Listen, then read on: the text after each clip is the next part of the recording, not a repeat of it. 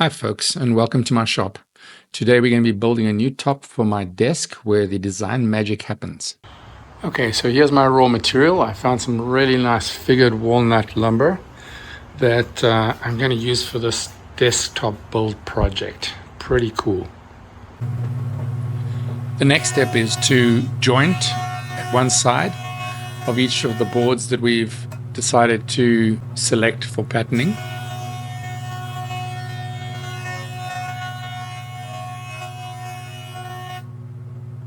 And once that's done, we will move over to the table saw and just cut the other edge off so that we've actually squared up each of those boards for the next stage of pattern selection and layout.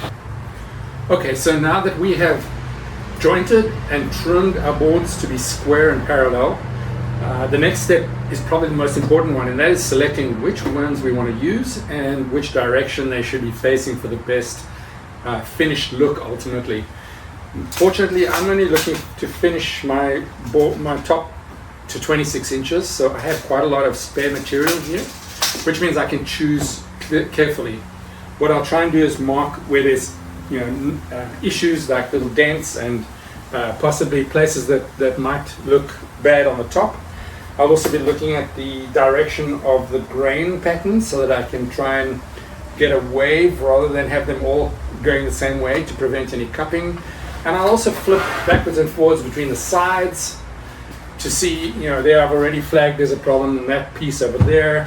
So I'll decide which looks nicer or will look nicer in the end product, as well as, ways to make the grain pattern flow better. So for example, if I flip these guys around, maybe I get a better looking pattern in between so that it doesn't look like there's too many joints along the way. So take your time, figure this piece out, and then we'll get to putting it all together. Okay, I think I found a combination that I really like. You can see I've sort of blended the coloring so that it looks like one piece.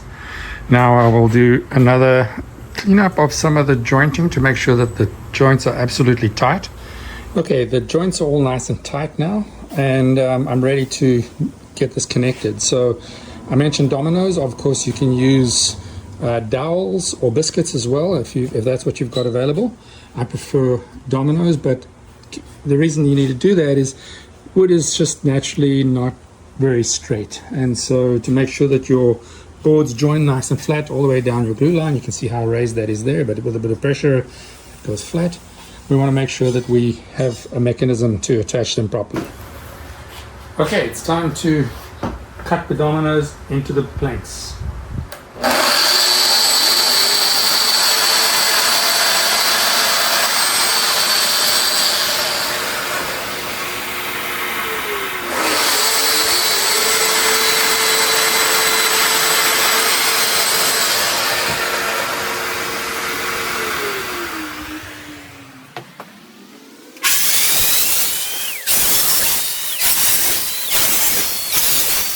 Nap time, let's put it all together.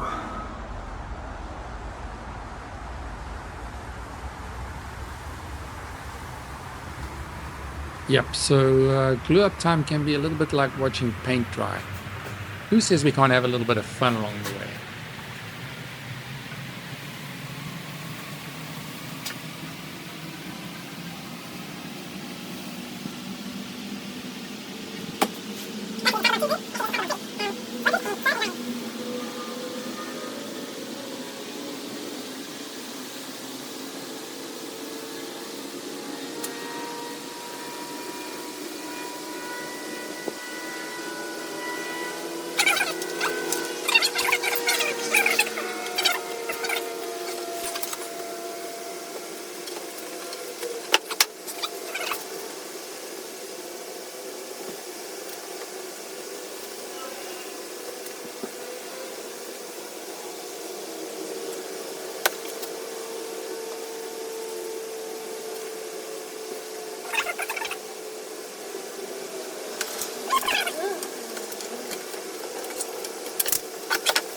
Okay, so for those of you who don't speak chipmunk,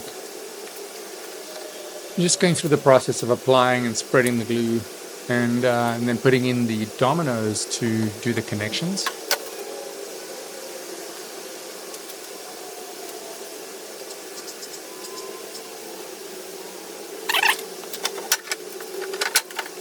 Jokes aside, though, you typically try and do this as fast as you can so that the glue doesn't dry too much along the way.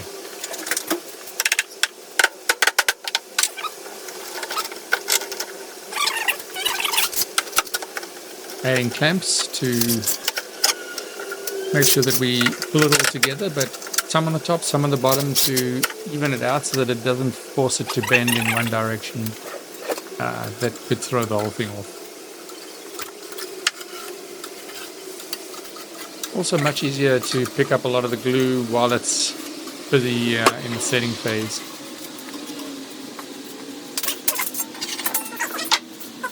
And finally just checking for level and adjusting with pressure on the clamps to flatten it out.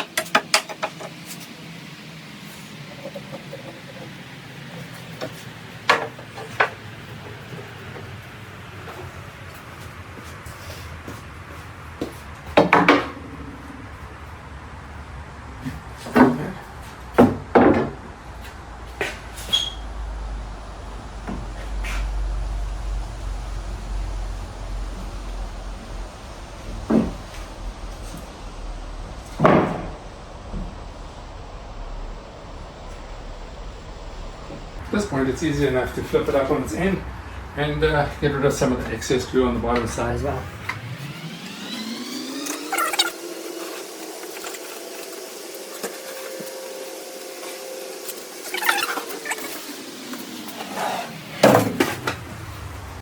Okay, so now that the glue has cured overnight, I've taken off the clamps and it's time to sand it and start getting ready for finishing.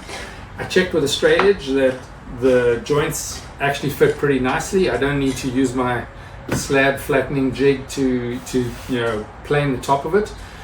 So I'm going to be able to get away with just sanding techniques. What I'm actually going to do is I'll start with a belt sander that it's got a nice flat base, so it'll just take off the slight imperfections in the joints. And then I'm going to take it to an 80 grit with the orbital sander before I put some epoxy into the knots and so on to get it ready for the next stage. By the way, using a dust separating vacuum cleaner with a HEPA filter makes this pretty much a dust-free exercise. Just a tip if you can afford one of those. Certainly save yourself a lot of dust going into the house, and I don't even really need to use a mask to do this. So there you go.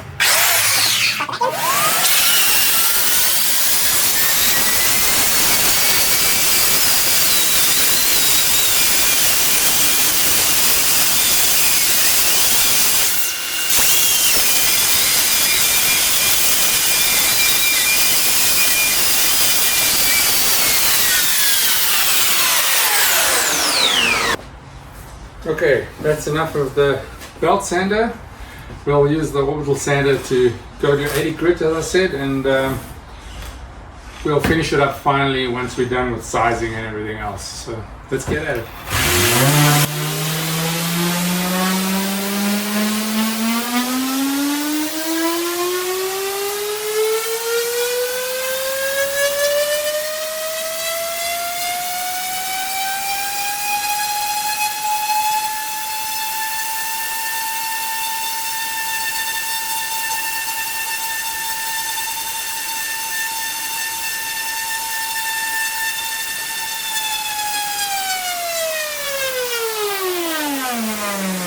For the next step, I'm going to fill this little knot. There's not a lot of knots on this table, so I just need a really little bit of resin.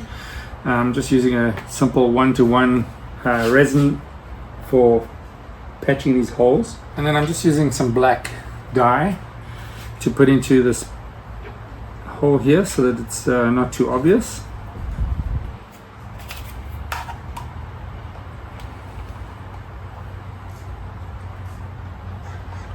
That's great. Not super solid black, just slightly opaque.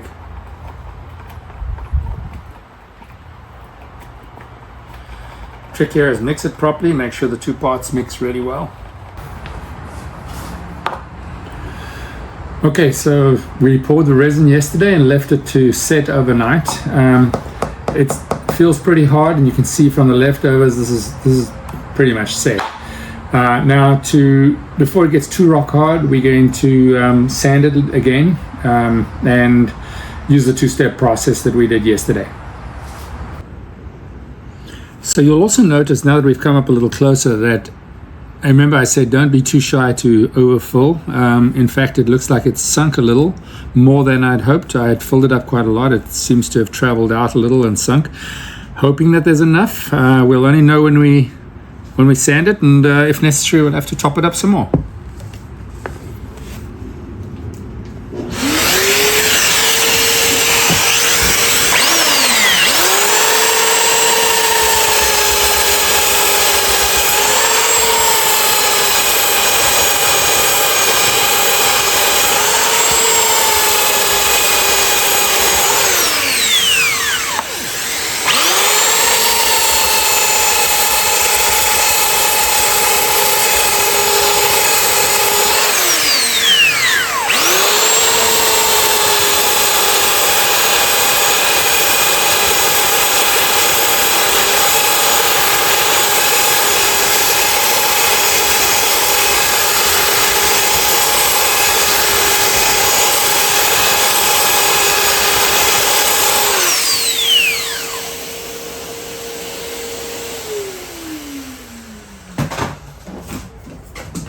Okay, it looks like we had enough in the hole, so we won't have to do another touch-up, but we can just keep on sanding and get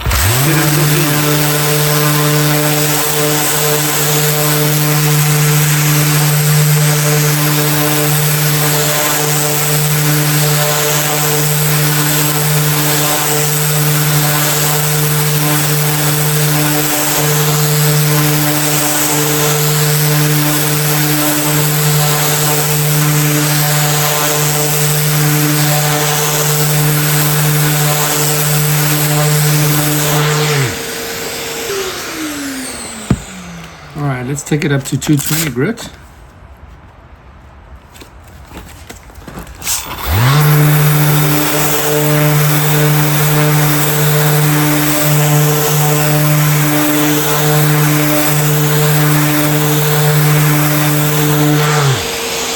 can see when it gets wet, then the desired effect will be there when we put our finish on. Okay, now that we've glued our planks into one board and done our initial prep work, filled our epoxy hole, the knot, it is now time to cut it down to the final desktop size.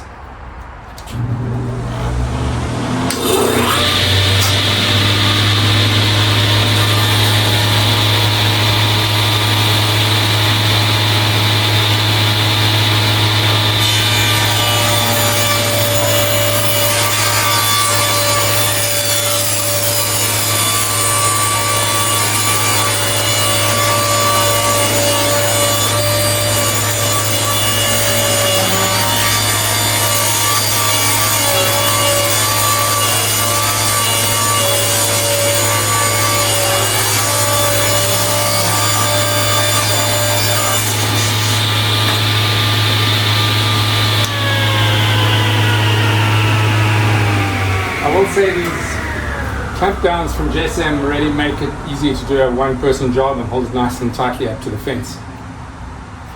Okay, next step is to cut the ends to the right length. I'm going to use my Craig saw for doing a cross cut with a track and a woodpecker square for accuracy. So here we go.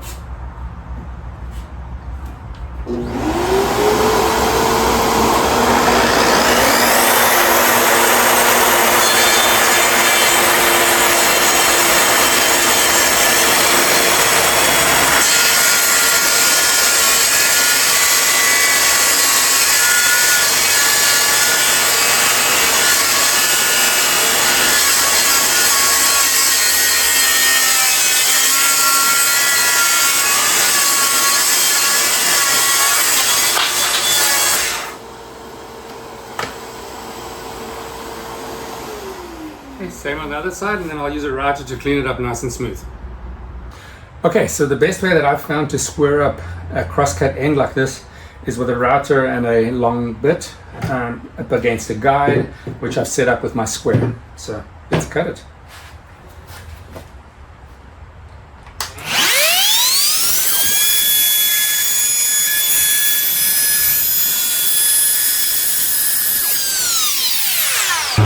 Okay, I've decided I'm going to put a small radius on the corner here. I'm going to use a guide jig and my router table to do that. A little harder working on a big sheet, but we'll go.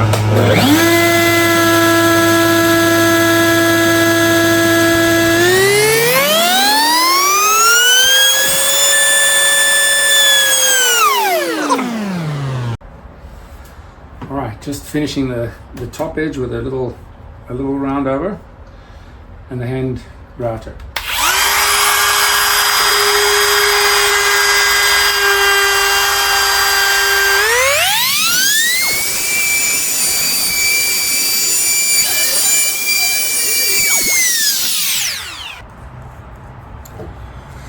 For the last bit of trimming, I'm going to put a 30-degree bevel on the bottom half of the tabletop.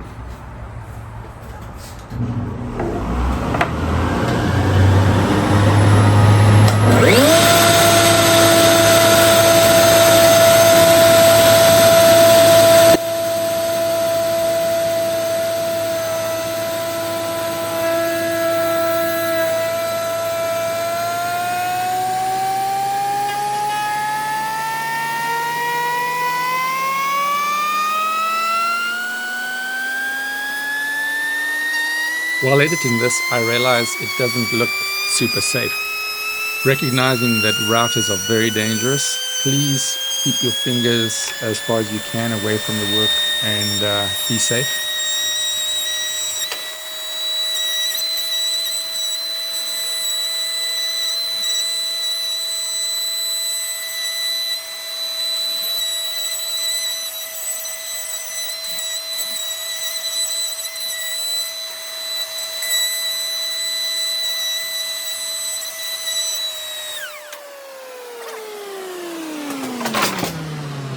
We're getting near the finishing stretch. I have sanded to 220 grit.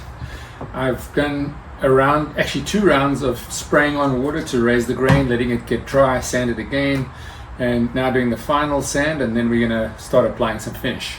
This is gonna look gorgeous.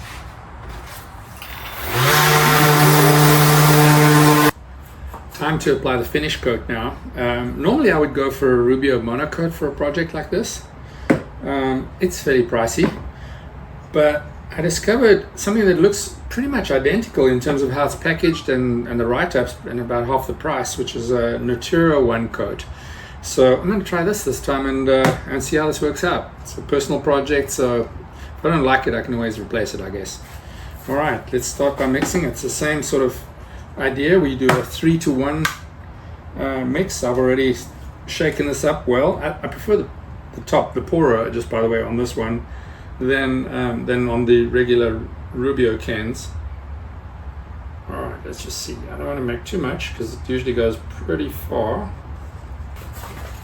And then the trick is stirring really well.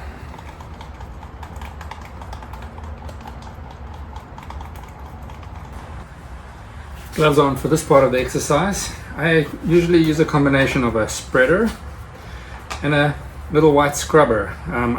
If you use a scrubber, it'll help to get the finish. Any residue that comes off ends up sinking into the little holes, and it just finishes it so much nicer.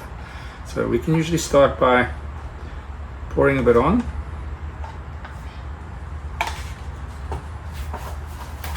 And then we use the spreader just to move it around a little. And really beautiful grain that's going to come out on this piece.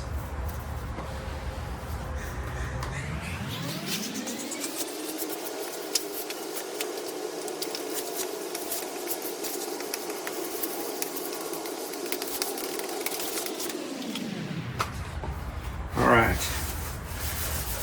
The spreader, the scrubber, just to kind of get it nice and smooth and embed it properly.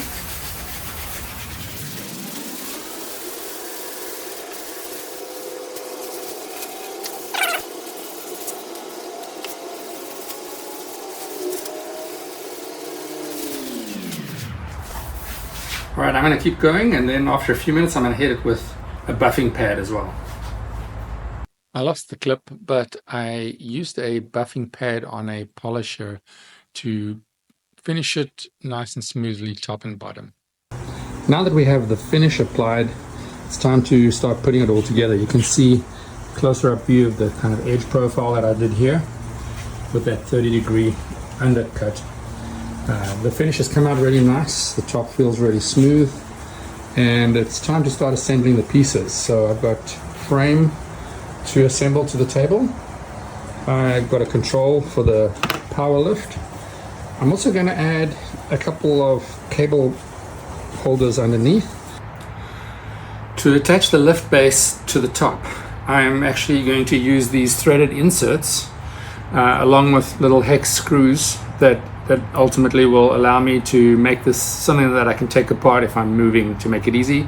And these give you a really good strength of holding as well without damaging the material that you're putting them into. So to do that, the first thing I'll do is use a punch to, first I've marked, when I had the stand on top, I marked with a pen where I want to drill. I'll now use a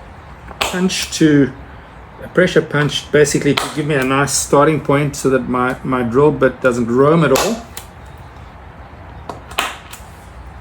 And what I've got here is I've set up my Rockler drilling guide to be able to get me a nice straight up and down hole, and I can control the depth really well. I really like the Rockler.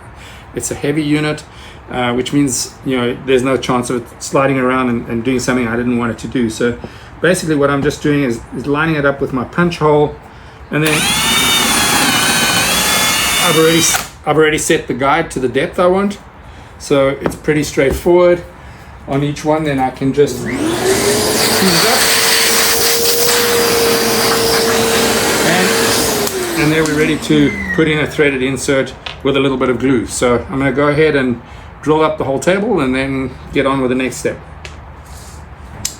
One more step before I put the inserts in. I like to use a deburring bit to just clean up this roughness from the drill hole and make sure that the threaded insert fits nicely too.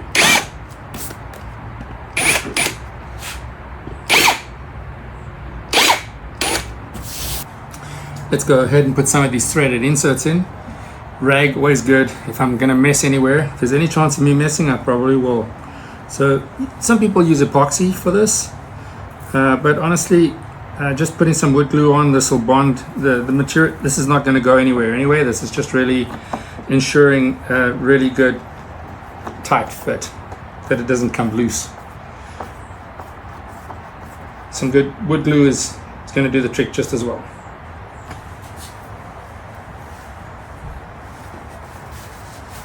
Just make sure it's nice and flush. Fantastic.